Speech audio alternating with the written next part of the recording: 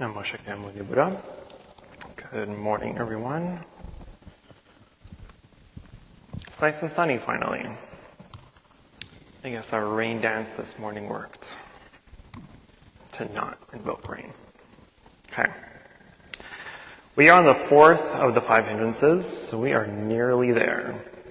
So we've already discussed the first 3 of sensual desire, aversion, and sloth, or laziness, or tiredness, however you want to call it. So today we're going through restlessness and worry. So restlessness is literally the exact opposite of sloth and torpor. So with sloth and torpor, tiredness is literally that. You're tired, right? You have the lack of energy to sit and to concentrate and to be able to go through the meditation. Whereas restlessness is pretty much the opposite. It's too much energy. And it's the kind of energy where it is, you just feel like you're about to crawl out of your skin type of energy. Where you're just maybe like jittery, maybe almost like coming down off of a, what's the word I'm looking for? Help me out here. I know I know you know what I'm talking about. There we go. And so we have to be able to know how to work with both type of energies. Restlessness, fortunately, is much easier to work with than sloth and torpor. Because with sloth and torpor, again, they're all about, there's an energy imbalance, right? Whether you're tired or you have too much energy, there's an energy imbalance there.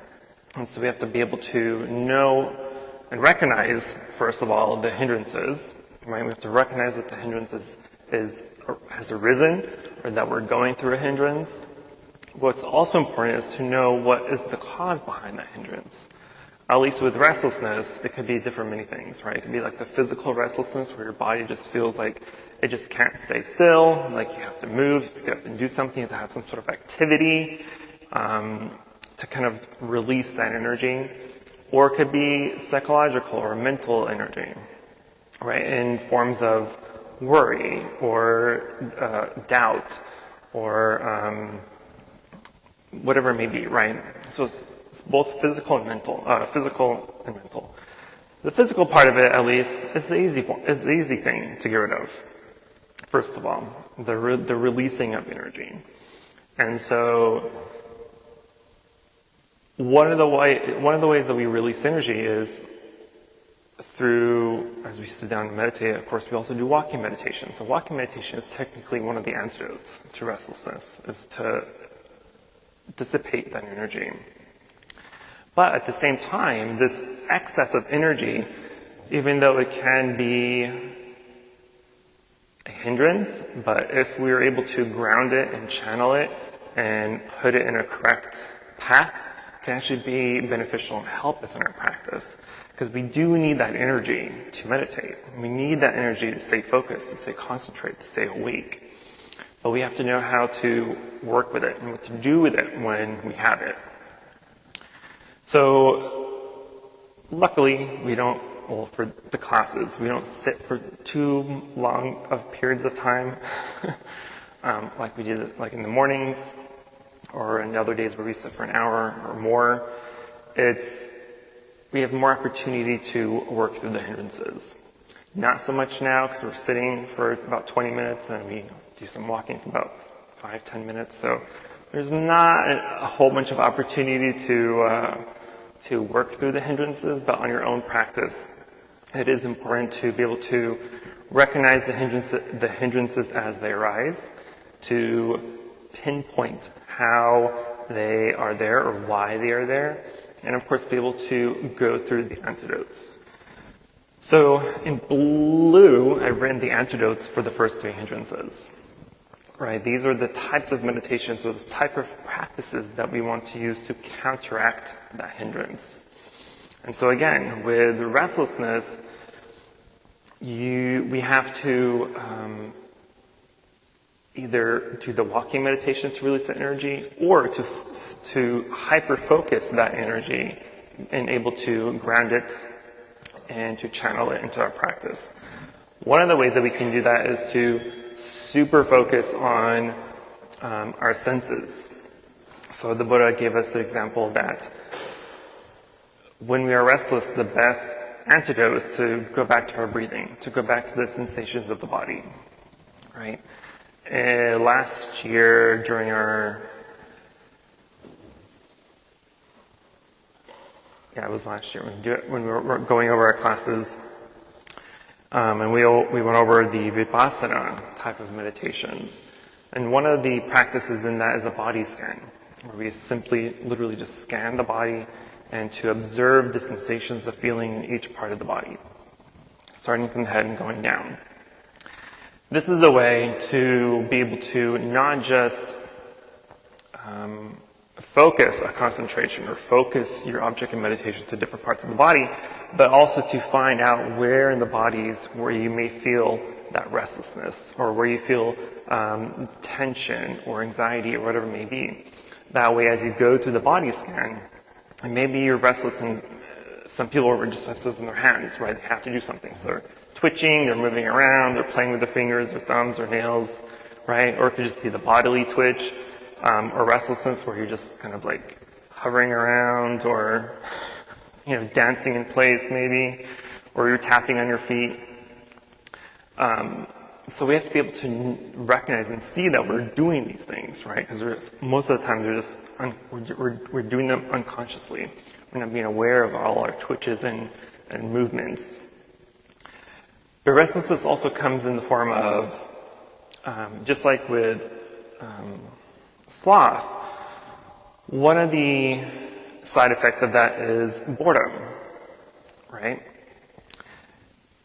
Boredom arises because we don't have enough energy, right? What does boredom do to us? Boredom basically tells our mind, hey, we need to do something else other than what we're doing right now, right? Because when you're not doing anything and you're bored, you're like, let's go watch TV. Let's go out with friends. Let's go watch movies. Let's go out to whatever it is, right? You're having to do something. Whereas in restlessness, it's not you wanting to do something, but now it's you not wanting to do something, right? You're bored with the activity, and you want to stop doing activity. And so when boredom arises, in this sense,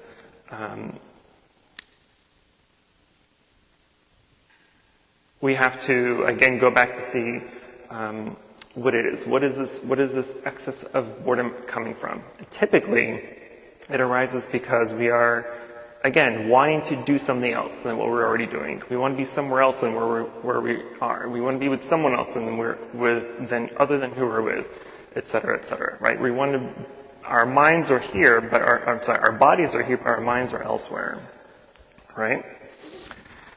And so that is also restlessness. Restlessness is the mind not wanting to be where it's at, not wanting to focus on what you're trying to focus, not wanting to concentrate on that object of meditation. And this type of restlessness or boredom is daydreaming. We all daydream, right? We all become in situations where we just don't want to be there, whether it's stuck in traffic, at work, even at home, at school, whatever it may be, right? These are forms of boredom. These are forms of restlessness, because we're going to be doing something else other than what we are doing right now. And so part of the practice is to recognize that so we can bring our mind back into the present moment, to bring our mind back to focus on our object of meditation, which in most cases is our breath.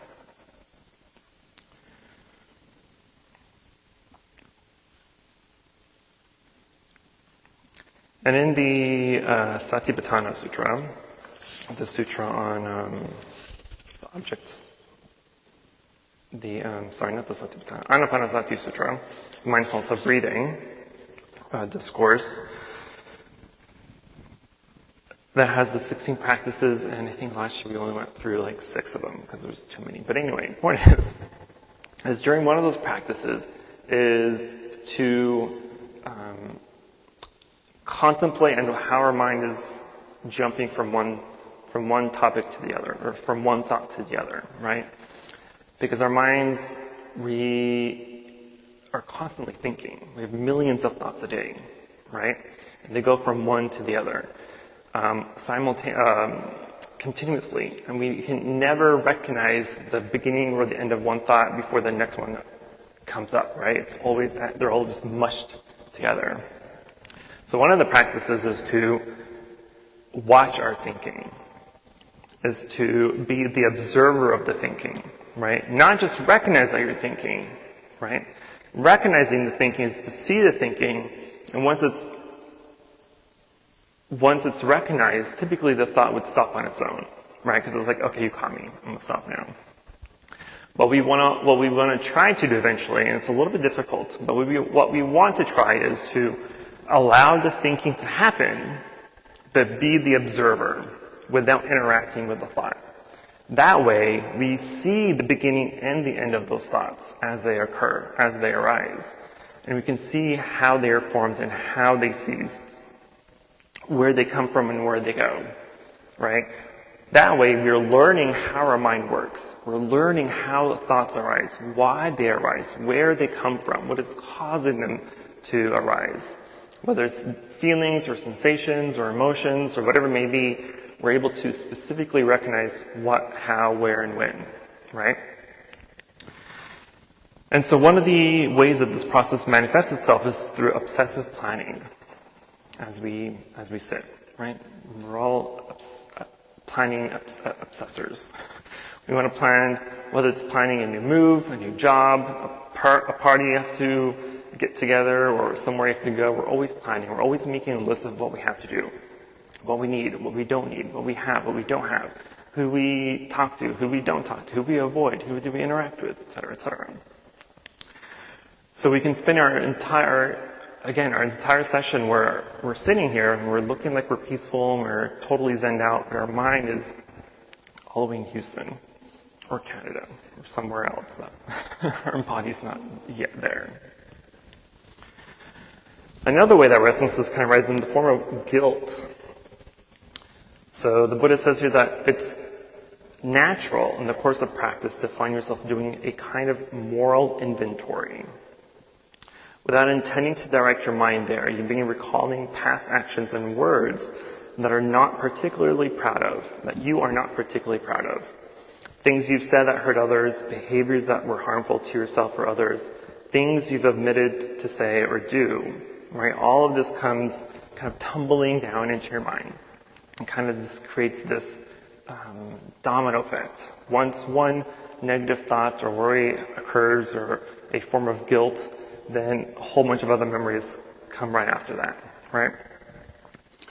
And so even though these thoughts are not necessarily bad, what's bad about them is the discomfort that they cause us, right?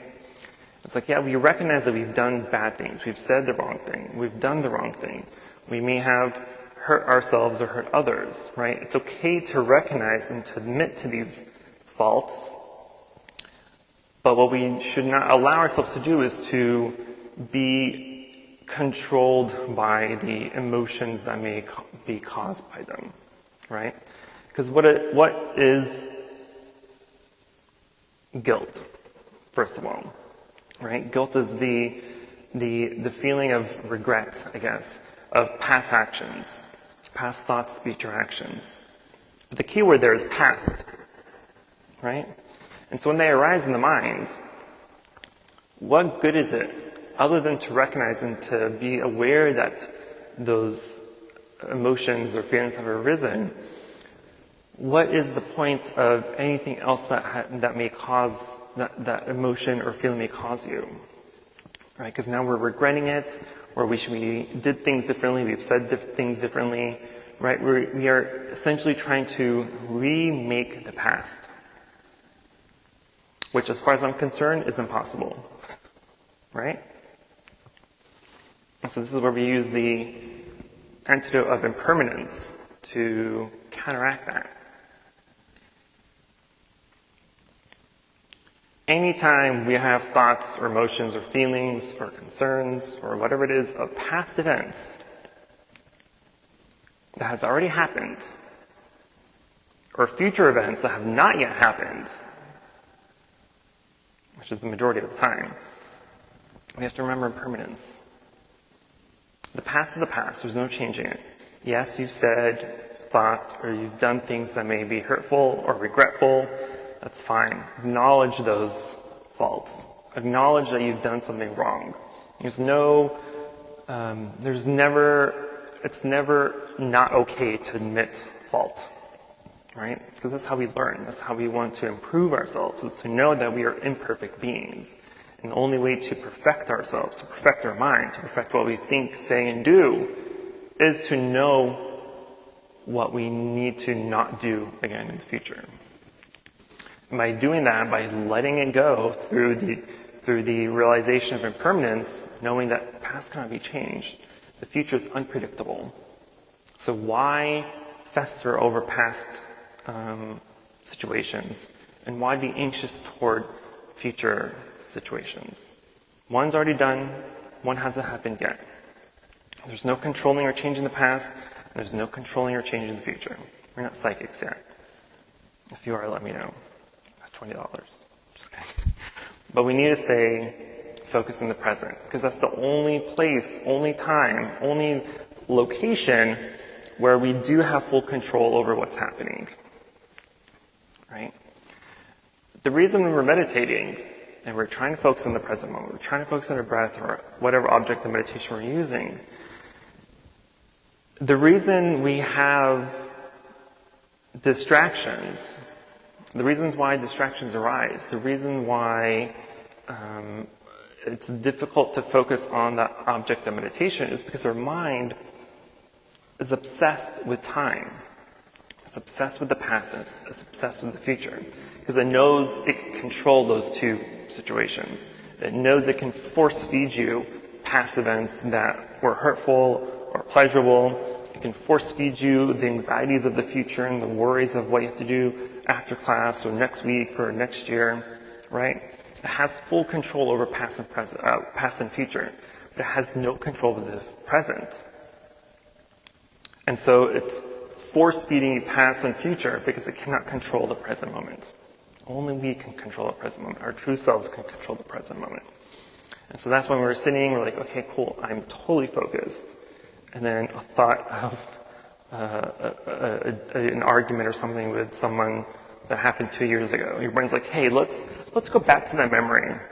Let's obsess over that argument all over again for no apparent reason.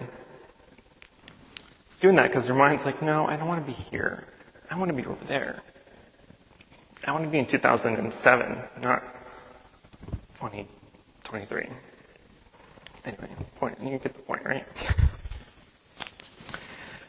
And then in Buddhist psychology, for instance, in the Abhidharma, the Buddha said that according to these teachings that there's a distinction that can be made between guilt and remorse. Remorse is considered a wholesome or skillful state of mind in which you genuinely feel the pain that you've said or done. You're able to forgive yourself and you're able to let go of those situations. And then after being able to let go in it and accepting those moments of remorse, you're able to use that energy to feed your determination, to feed your discipline toward your practice. And the Buddha said, guilt, on the other hand, is considered a kind of lacerating self-hatred. This occurs when you go over and over and over what you did, becoming completely identified with it. Your whole sense of who you are may collapse around you in a single event.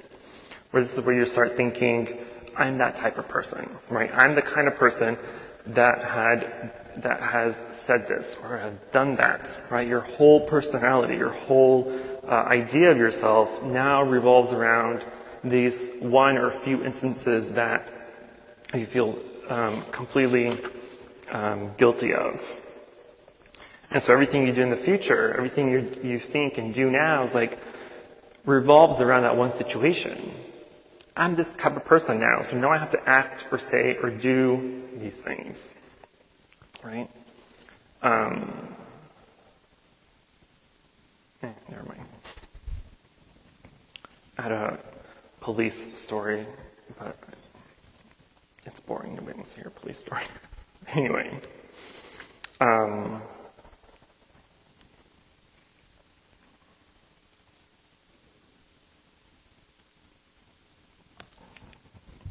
anyway. When we are in meditation, the object with any of the hindrances that arise is to remember to not be angry that those arise. There's so many times where I hear people that complain that know that these hindrances are arising. They know they're constantly distracted. They know that their meditation is imperfect. And they're worried or they're complaining about it because they're thinking, this isn't how it should work. I'm doing it wrong. This isn't working for me. But you've also mentioned in your complaint the exact goal of the meditation as well, which is what? Well, I've said this before. It's not wrong to think, but what? Know that you're thinking. Because it's impossible to stop the thinking process, right? It's natural to constantly think. It's natural to have thoughts come and go and be elaborate or be as simple as whatever. It's okay to have these there. It's not okay to entertain those thoughts during meditation. So the goal is to know that you're thinking, to know that you're distracted. This is why we use the practice of labeling. So as things arise, as distractions arise, where you hear a noise, where you smell something, or you feel something in your body, instead of going after what you hear or taste or smell or think, just know that that thing is happening. So if we're sitting in meditation and the door opens, right, we're all sitting meditating, we're all zenned out. We're all having fireworks of enlightenment happening. But then a door opens and all of it just kind of shrinks back in. It's an exaggeration. But the point is we allow the door opening to make us feel like our meditation is now void. Right? Because we hear this sound and we're thinking that this sound is now a distraction. Oh, they distracted the complete peace and quiet of this meditation practice. And so you'd start to obsess over the door opening. You obsess about who's there, who it is, where they came from, why are they late? Who are they? What should I do now? Should I continue? Should I not continue? Why we obsess over everything when it's simply the door opening. So labeling helps us take away all that storytelling and simply say door, or sound, or distraction, or thought, or thinking. Whatever one word label you want to give yourself, you apply that label. That way you simply acknowledge the door, or the sound, and you're able to let go of all the storytelling, the movie making of that situation go. Right? And we need to do that with anything else that happens. Whether we hear the AC go on and off, whether we hear the peacocks barking, I call it barking, or actual dogs barking, whatever it may be. Anything that you hear, smell, taste, feel, touch, just acknowledge by a simple label. Because if we don't and start daydreaming, that's restlessness. Because we're bored with what we are doing right now. We're obsessing over something else. Usually restlessness typically occurs in the first few moments of meditation. Because as we sit and we start to kind of ready our body to sit for the meditation, our mind kind of goes through cycles of am I in the right position? Am I sitting up straight? Is my breathing balanced? Whatever it may be, right? We have different thoughts on it. How about you? But usually within the first 5-10 minutes is where our mind is the most restless, because it's going through all the thought patterns. But as you start to recognize that restless state, and recognize that your mind is wandering here and there, and you're bringing it back to the present moment, you bring your breath back to the present moment, then you're able to channel and use that restless energy in order to apply it to the sitting session. Like this morning, for instance, when we were sitting after morning chants, I had a restless mind where, for some weird reason, I had this distraction arise where I was a submarine. Like, I was physically a submarine. I had, like, my face was in the front of the submarine. And I went to the service, and I saw my friend Thomas the train, or Bob the train. No, Thomas, right? Was it Thomas? So I knew I was distracted, but I kind of wanted to see where that thinking was going. Like, why am I a submarine? Like, I was kind of obsessed with, why am I a submarine? It's so random. Why am I an inanimate object? I've never had a thought like that before. So I was just kind of curious. I was just kind of watching it. And then I was like, I'm going to just let it go because I want to see how this turns out. But anyway, once I saw Thomas the train, I started giggling. So I don't know if y'all heard me giggle this morning, but I giggled a little bit because I was like, this is so random. But then I let it go. But usually that kind of restlessness, that kind of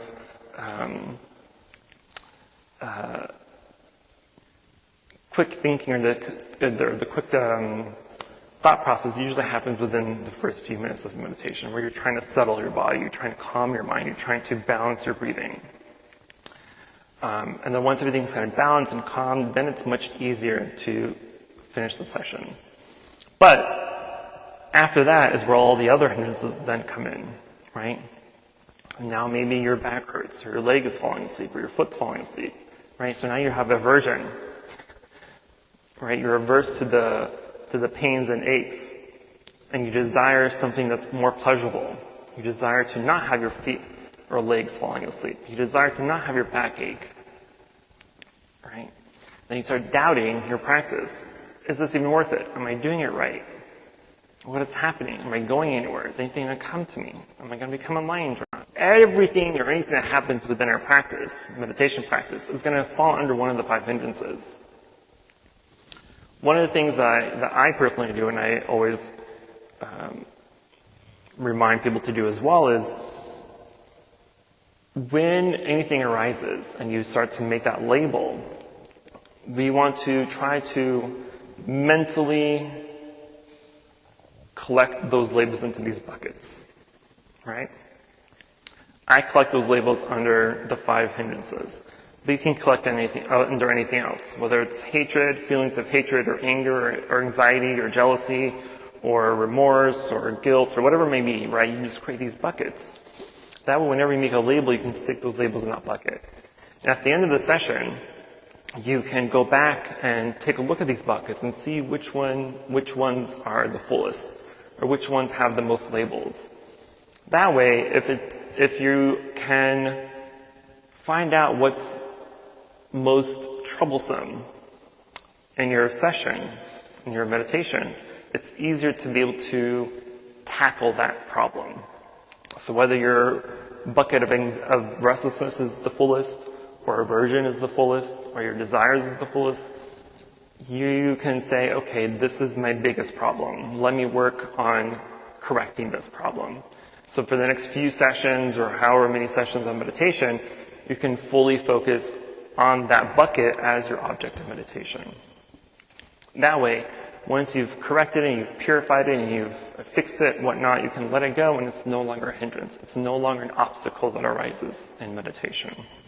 And it's much easier to allow it to be and to let go.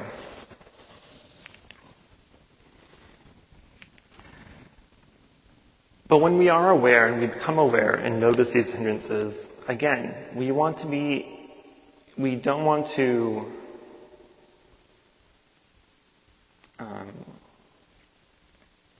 discourage ourselves. We don't want to say, oh, there's so many hindrances arising, or I have so many distractions, or I have so many thoughts are coming up, I can't focus.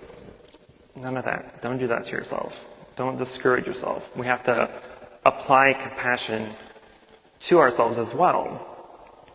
Because if we are just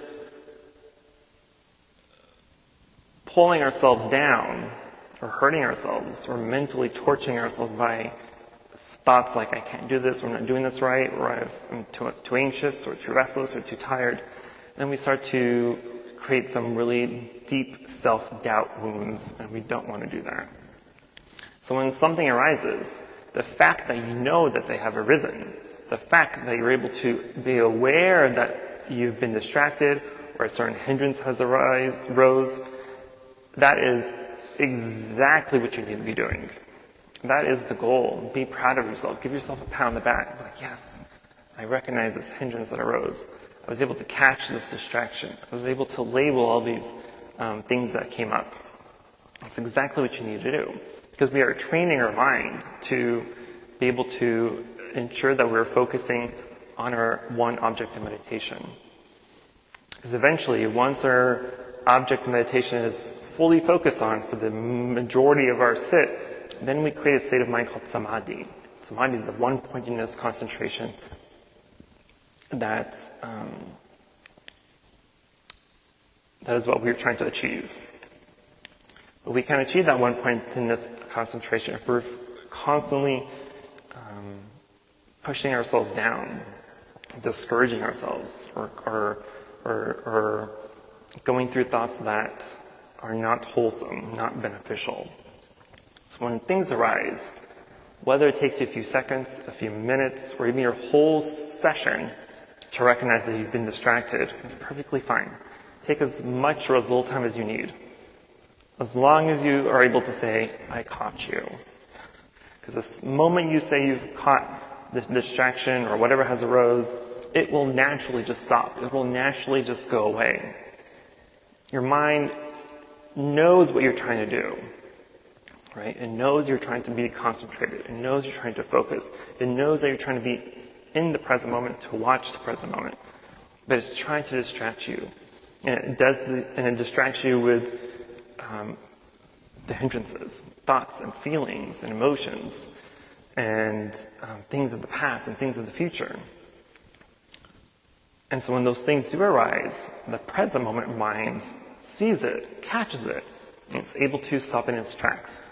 So you're training your mind to recognize thoughts and distractions as they arise, and to continue on once they've been caught.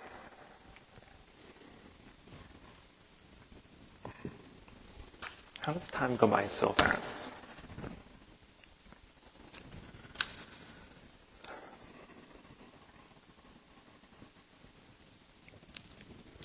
So the goal of any of these hindrances is to be able to let go of our habitual reaction to clinging to pleasure and to avoid pain, right? That's basically the object of our life in general, right? We want to avoid unpleasurable feelings, sensations, anything else, and just go after pleasurable ones, or pleasurable feelings, pleasurable sensations. And so in meditation, we're able to recognize those. This is why we watch our mind, or try to watch our mind, to see what arises, what we think is pleasurable, what we think is unpleasurable, and why. Because anything that's pleasurable is also what? And impermanent. So even if something is pleasurable, how long is it going to be pleasurable for before it becomes painful? Sometimes a little bit, a while, sometimes years, sometimes decades, centuries, whole solar system cycles, right? But everything will eventually cease to cause happiness, cease to cause pleasure. And the sooner we're able to recognize that and acknowledge that and accept that, when pleasurable things then do arise, or when we're engaging in something that's pleasurable, we're able to be more grateful for that opportunity and enjoy the pleasure as it's happening and not cling to it. Because if you're enjoying something that's pleasurable and you know that's pleasurable, but you're not thinking of its impermanence, when you leave it, you're going to want it back, right? You want to go back after it again. You want to constantly have that same pleasurable feeling, which is why we always go after the things. I have a new phone, but now I want a newer phone, right? How many people buy the new iPhone every year? Or the new Galaxy, or a new car every year, or a new house every 5-10 years? Except for you, Vinny, obviously.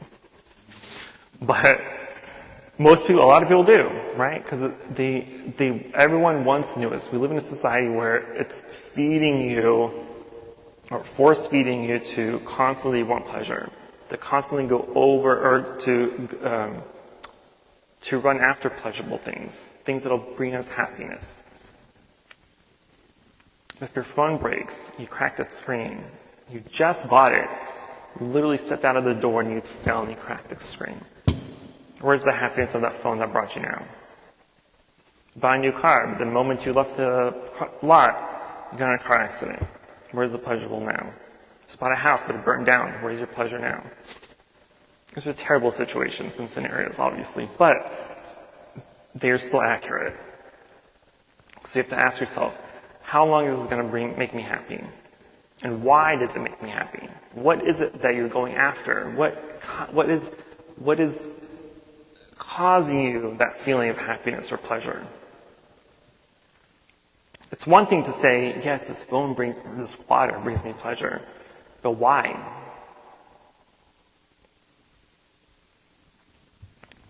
That's the beauty of meditation. Meditation gives you those answers. I can tell you why things bring you pleasure or displeasure. You can. But you have to find out why. And stop it in its tracks, basically. Okay, I'm out of time. Questions, concerns, emotional outbursts. May I share my perception of the way I perceive the mind in a sense? Go for it. For me, like teacher was explaining, our mind is constantly trying to pull us either into the past or into the future. So for the past is represented by resentment, and the future for me is like anxiety, fear, and the unknown. And for me, like whenever I think of the mind, I try to view it as a little child. So like children or nieces or nephews or brothers and sisters, what happens when your child is not paying attention, right? They like stand in front of you, start dancing, showing their toys, like really trying to get the attention. So for me, like when the mind starts presenting me with my past, with the resentment or my future, I feel like it really just wants to be acknowledged. It doesn't want to be pushed away. For me, if I try to push away a child or ignore it,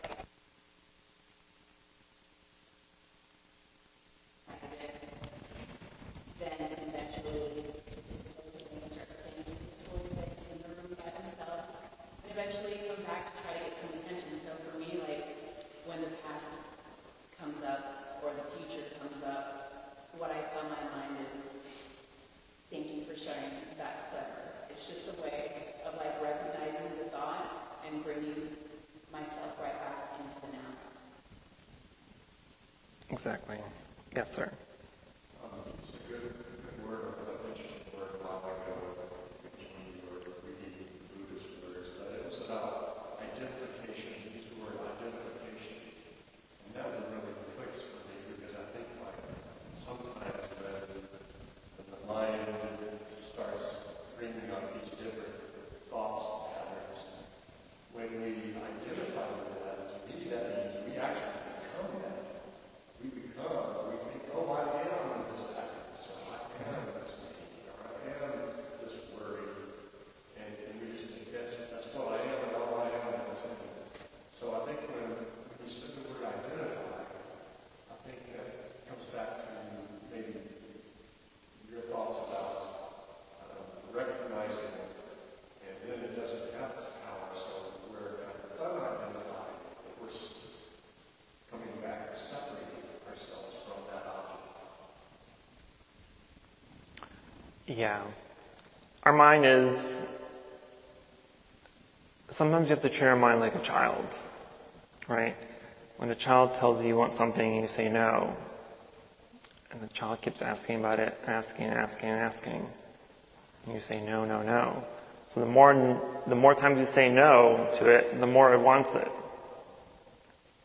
I think you've used the example before as like a puppy, right? How we train puppies. I have a new puppy, and it's... Somebody want a puppy? I'm kidding. I love it. It's funny because I was telling, I don't know who I was telling, I think it's Gable or something. I was like, a few months ago, I was like, oh man, I really want a puppy, a puppy fever. And then magically a puppy showed up. I'm like, oh yay, puppy. I'm like, I don't want this puppy anymore. I forgot how tiresome living with a puppy is, or training a puppy. So that's one of my hindrances now is everything here. I desired the puppy to be obedient.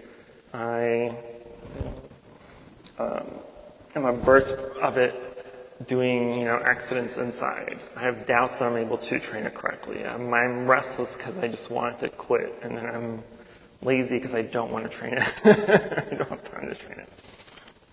So it's a great example of practice to remind me of my practice. But, oh man, it's definitely testing patience, right? I'm like, man, good thing I never had kids.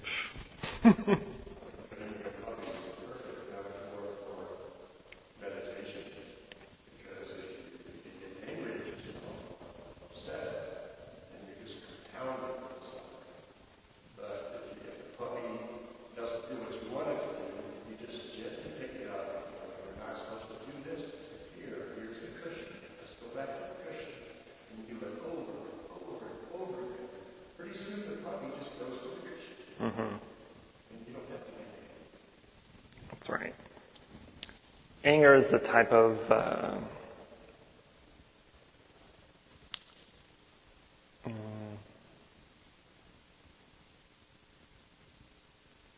anger is one of the worst hindrances or feelings that can arise, especially when it's geared toward yourself. Because anger is a direct hit, and we'll talk about this in the next class, to doubt. Because when you become angry with yourself, in your meditation, for example, right? And you start to become angry because you're aware that you're thinking too much, or you're aware that you can't get comfortable, you're aware that you're having wrong type of thoughts, so you're not focusing hard enough, blah, blah, blah, right? It becomes such a deep-wounded doubt now that you just abandon the practice altogether, right? And okay, one more minute, I promise.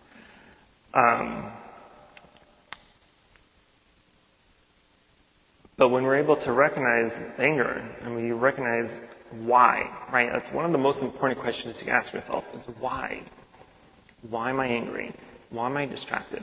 Why am I feeling this way? Why is this happening? Why is this occurring? Why is this arising? Why? And it's one of my meditations. It's called the why meditation. You ask yourself why. You dig and dig and dig until you get the core issue, the core reason of why something is happening or why you're feeling a certain way or a certain emotion or whatever it may be. Because once we are able to identify that core reason, now we have something to work with. Now we have something tangible, like this is the exact reason of why this is happening. And once you get to that exact reason, then you're able to weed it out.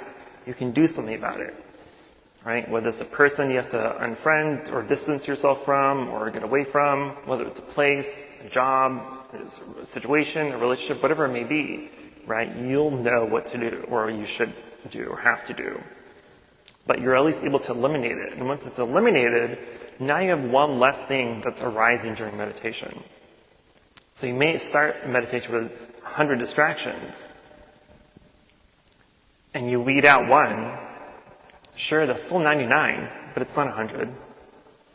And you weed out another one, that's 98. It's 98, but it's not 100. You weed out another one, it's 97. It's 97, but it's not 100, right? And so these little small wins may seem like they're not doing anything or they're not significant, but they are in time. We can't sit after one session and become Zen masters. Right? Otherwise, none of you would be here. It takes time, it takes practice, it takes diligence and energy and discipline. And the only way to achieve that is to practice correctly. Yes, sir. Mm-hmm.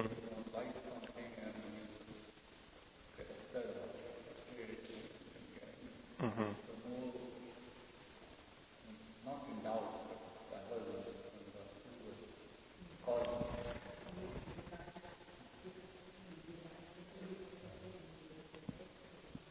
Right. Anger can come from any of these hindrances. Right? Anger can come from any of these hindrances. Because if you're verged, like you said, you don't want to be in pain. You're angry about it. Right? Now you desire to be comfort, but you can't, so you're angry. Right? Or you're tired, and you're like, oh, I'm too tired, I can't focus. Now you're angry. Or you're restless, you're like, I have too much energy, I'm jittery, and you can't focus. Now you're angry. And you sit, and you're constantly distracted, or your thoughts arise, and you can't focus on your object meditation, and you're doubting your practice, that's anger. So anger can happen in any one of these things. Anger is kind of like the subtopic, right? These are like the 5 main categories, but each of them have subcategories, and anger can fall into any of them, for the most part. Not always, but... Well, I think after we kind of speak up, say something, or Oh, like if you're, that kind of when you're frustrated, angry towards saying verbally, or people do nasty things, I'm talking about that kind of probably the elevated thing. Not in the restlessness situation or doubt situation. the anger, the type of anger where you want to fight people, kind of anger. Well, that's still, that's still, to me, that would still fall under a desire or aversion. Because you have to ask yourself, why are you angry? And you're angry probably because of one of these reasons. Right? That's why is the best question to ask yourself in any situation. Someone's yelling at me. Why? I want to yell back. Why?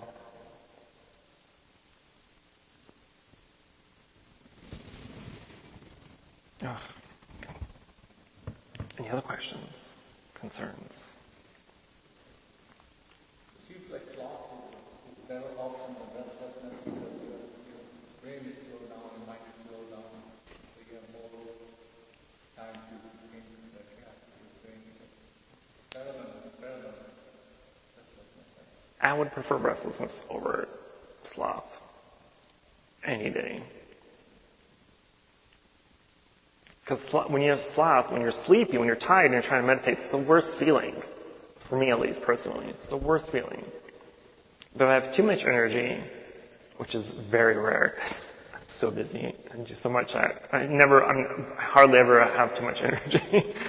But the restless mind is, personally, is easier to balance than being tired.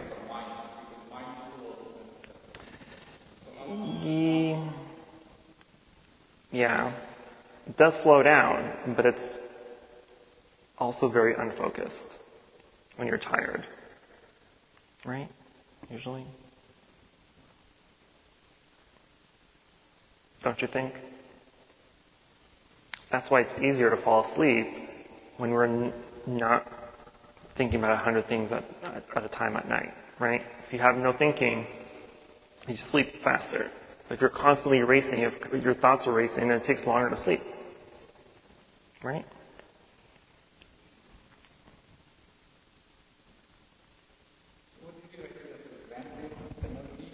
Sorry, tranquility and grounded energy. I forgot why I wrote that. Tranquility. Tranquility in the sense is, because the goal of meditation is to have a tranquil, peaceful, calm mind, right? And so tranquility practice is what we need, are the practice that we do to dissipate some of that energy. So whether it's walking meditation, or it's focusing on your hyper-focusing on your breath, or the sensations of the body, you're doing something to direct that restless energy into something else. And so that way we are able to ground it, which is why we typically do walking meditation.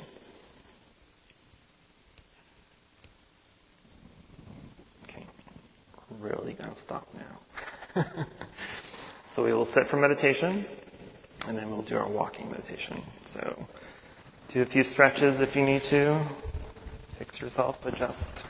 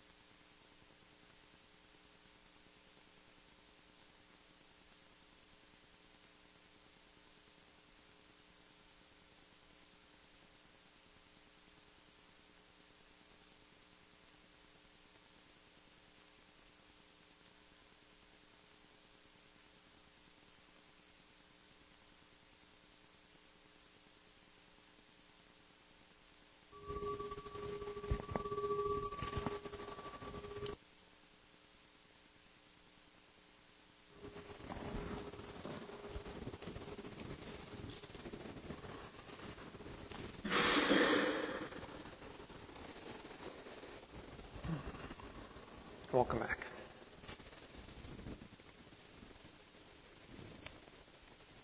I always forget to give instruction in walking meditation every single time. But most of you have been here, so but I did want to remind everyone that our meditation retreat is coming up next month, May 13th. It'll be our first half-day retreat we've had in years compared to our full-day retreat. I originally planned to have this last month, end of last month, like halfway through our classes. But as I contemplated on it, I recognized that since this retreat coming up is the half-day intensive meditation retreat, since it's only from 9 a.m. to 4 p.m., and so we'll be sitting in meditation for 4 of those 6 working hours. So since it's going to be a little bit more challenging, I was like, we should probably finish all the hindrances first, since that's probably going to be a big deal. So I postponed it. So now retreat May 13th. It's a Saturday. It'll be 9 a.m. to 4 p.m. You do have to register if you do plan to attend. So you can register on our website, free registration to sign up. But it'll be a nice challenge to your practice. Give you a great opportunity to put everything you know into practice, into group energy. It's typically easier to meditate for longer periods of time when you're in a group versus alone, at least in my experience. And you don't want to be that one person that's like falling asleep during it, so you're like consistently restless on purpose. That, and I go around my meditation stick spanking people anyway. Kidding, I don't do that. I do go around with the stick though, to make sure everyone's posture is nice and upright. Okay. How's everyone's restlessness today? That's another thing I always forget, is whatever hindrance that we're on, that is your object of meditation for the session. For a monk, I'm not very mindful sometimes, am I? But anyway, how was your restlessness? Or did you have any restlessness? Or any other hindrance? No? We're all perfect Zen masters now?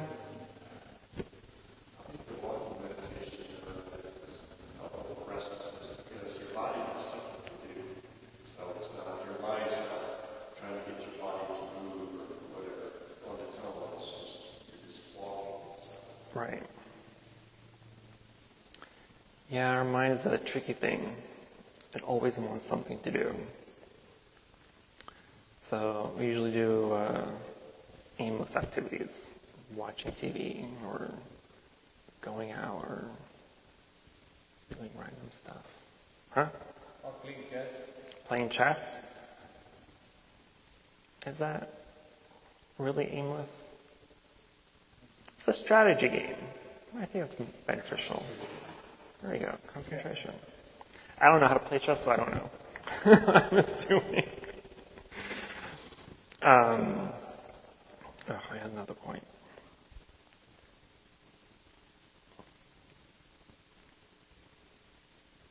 Okay, never mind, it'll come to me. Any last minute questions, concerns, restless outbursts?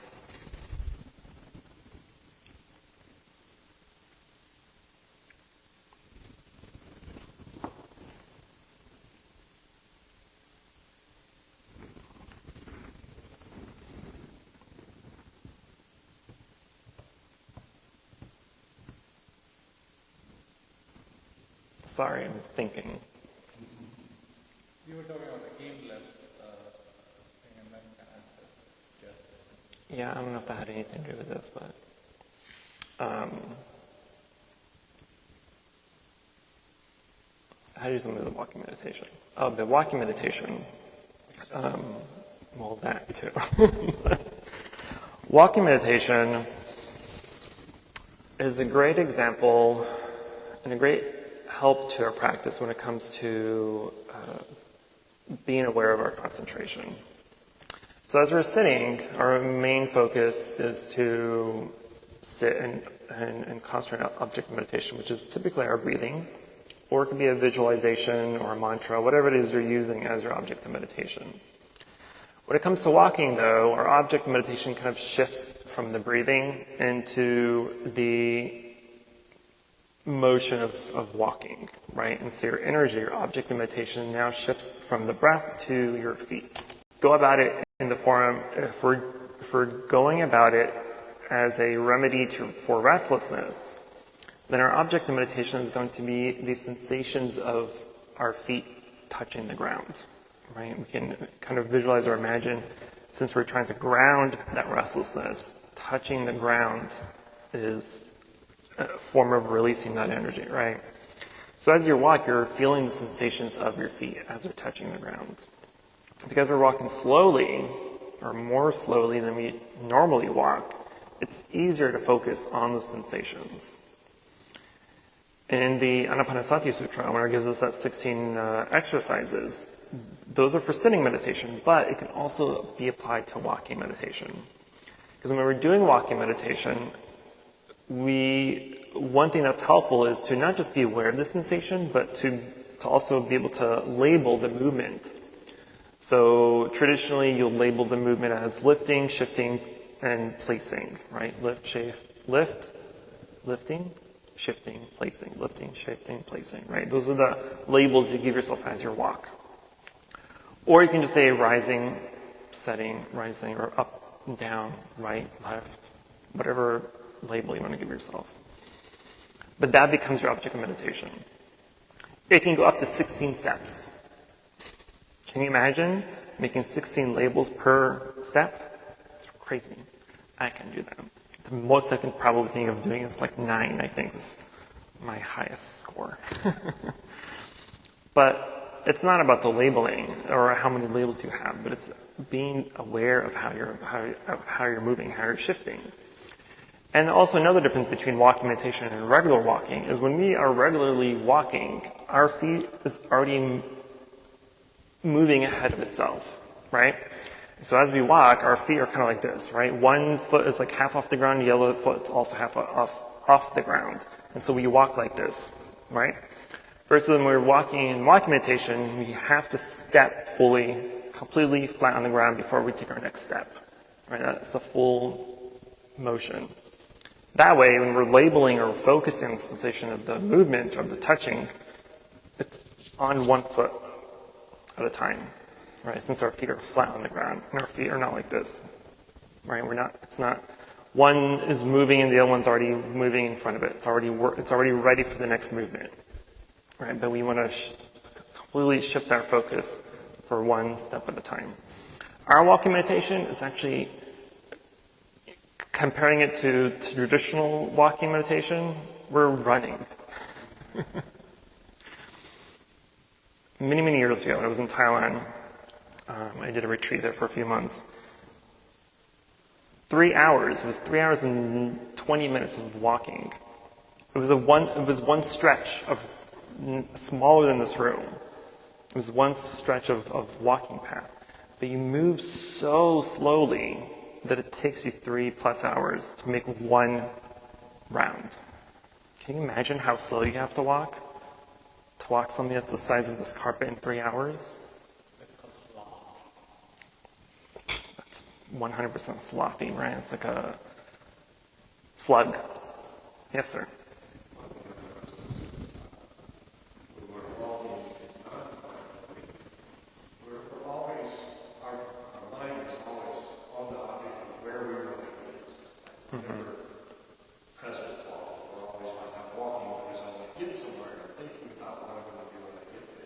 Right.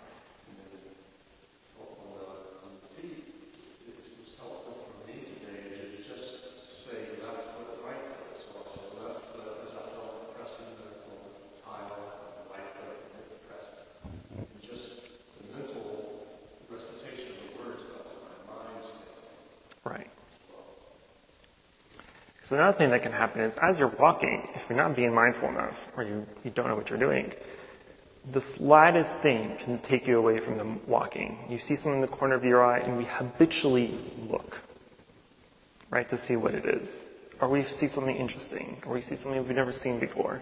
So it's so easy to move from a meditative state to a non-meditative state because we're distracted. We're like, ooh, squirrel. Right? I mean, we usually do, but that's typically not the big deal when we're walking inside. It's mostly when you're walking outside because things are constantly moving, right? Animals come and go, cars drive by, we hear sounds, we hear airplanes, helicopters, peacocks, dogs, the plethora of animals that we have here, right? So it's so easy to be distracted to see something from the corner of your eye. But that's also a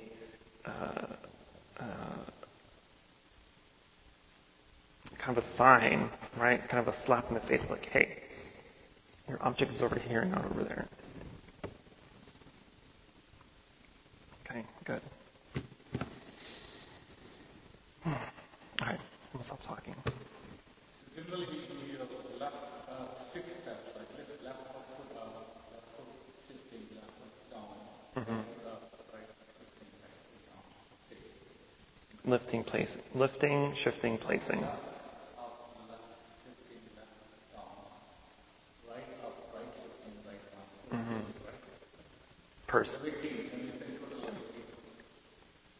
Well, I mean for like one foot. 1 foot would have 16 labels. That's why I said 9 is my max. I can't go higher than 9. I can only stand on 1 foot for so long before I lose balance. Okay, good.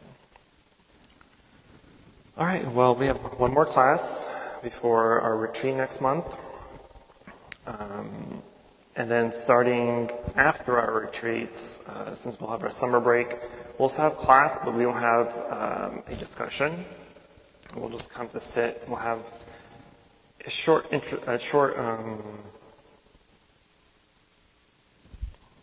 the word I'm looking for?